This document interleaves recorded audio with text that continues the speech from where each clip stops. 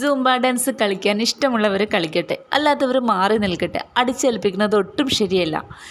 ഓരോ കുട്ടികളുടെയും ഇഷ്ടങ്ങൾ വ്യത്യസ്തമായിരിക്കും. ചിലർക്ക് ക്ലാസിക്കലാണ് ഇഷ്ടം, മറ്റു ചിലർക്ക് വെസ്റ്റേൺ ആണ് ഇഷ്ടം, ചിലർക്ക് സ്പോർട്സിനോടാണ് താല്പര്യം, മറ്റു ചിലർക്ക് സംഗീതത്തോടായിരിക്കും താല്പര്യം. അങ്ങനെ ഓരോരുത്തർക്കും ഓരോ തരത്തിലുള്ള ഇഷ്ടങ്ങളാണ്. പിന്നെ വിശ്വാസത്തിൻ്റെ പേരിൽ മാറി നിൽക്കുന്ന കുട്ടികളുണ്ടാവും. അതുകൊണ്ട് തന്നെ ഒന്നും ആരെയും അടിച്ചേൽപ്പിക്കുന്നത് ശരിയല്ല. പ്രത്യേകിച്ച് സ്കൂളുകളിൽ താല്പര്യമുള്ളവർ സൂംബ ചെയ്യട്ടെ.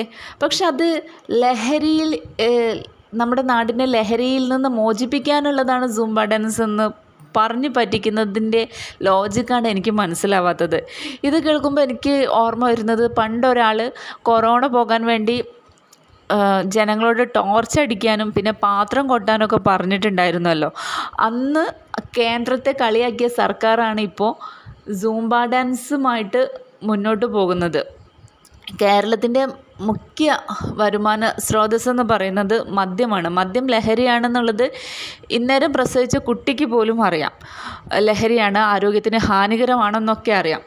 ഈ മദ്യം എന്താ പറയുക, എങ്ങനെയൊക്കെ എവിടേക്ക് അധികമായിട്ട് വിൽപ്പന ചെയ്യാം എന്ന് റിസർച്ച് ചെയ്യുന്ന നമ്മുടെ സർക്കാർ സൂംബയുമായിട്ട് മുന്നോട്ട് പോകുന്നത് ഭയങ്കര കോമാളിത്തരം.